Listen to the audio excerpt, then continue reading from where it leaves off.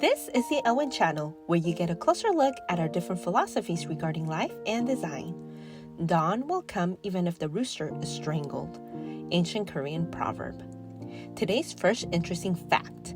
The tomb of King Muryong of Baekje, along with 6 other tombs and objects of antiquity, survived and were in perfect condition when they were excavated almost 1,500 years later.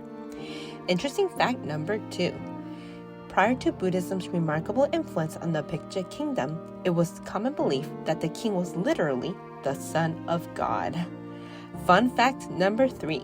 So you thought that Korea has no more royal family left, right? Well, King Iseok has actually been in Korea all this time.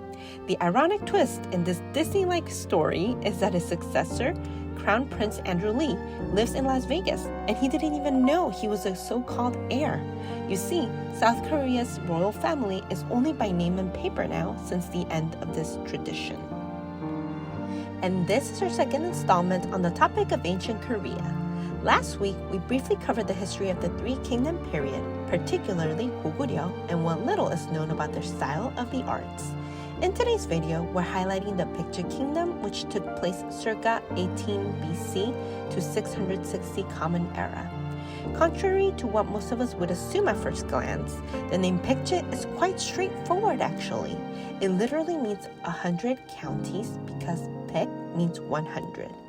Baekje was somewhat contemporary to Goguryeo as there were only a few years difference between the two kingdoms. And although it was much smaller than Goguryeo in the amount of terrain that it covered, Baekje was ironically the most populous of the 3 kingdoms with over 3,800,000 people. Now, there are speculations as to how Baekje got started in the first place.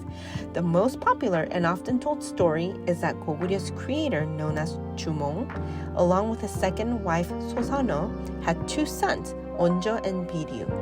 However, his first son Yuri, also the stepson of Sosano, was named Crown Prince by his father, and thus tragedy ensues.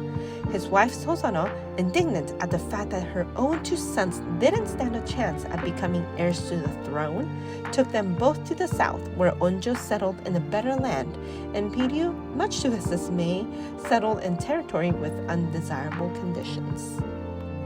So, what do you think happens next? If you guess that a family feud broke out, you are correct. Disillusioned Biryu pleaded with his brother Onjo to let him take over his kingdom, but of course, Onjo refused, and thus human greed took charge, where Biryu and his armies attacked his brother but lost, ultimately taking his own life, and thus Baekje and King Onjo succeeded. And due to its great power within sea territory, Buddhism was able to easily penetrate the kingdom and influence its culture and the arts. All 3 kingdoms' artworks were rather different stylistically.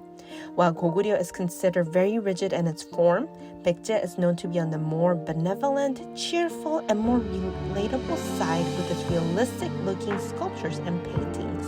And this is where the famous Baekje smile comes in.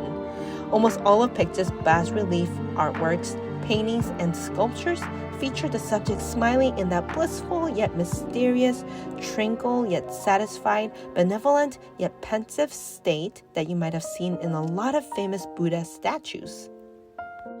Due to the commission of Chinese artists being sent to the kingdom of Baekje around year 540, not only was Buddhism the main influence in culture and the arts, but Taoism was too.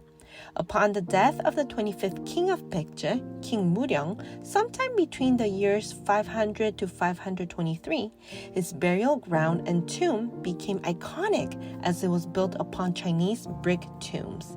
It also had objects of Chinese origin, which were highly celebrated in Baekje's culture, like gold crown ornaments, golden earrings, and golden belts. Not only that, but beautiful displays of pottery and mystical lotus designs were part of his tomb, as well as a bronze gilt incense. I think it's safe to say that Baekje was definitely carrying a lot of the Chinese DNA when it comes to the culture and the arts.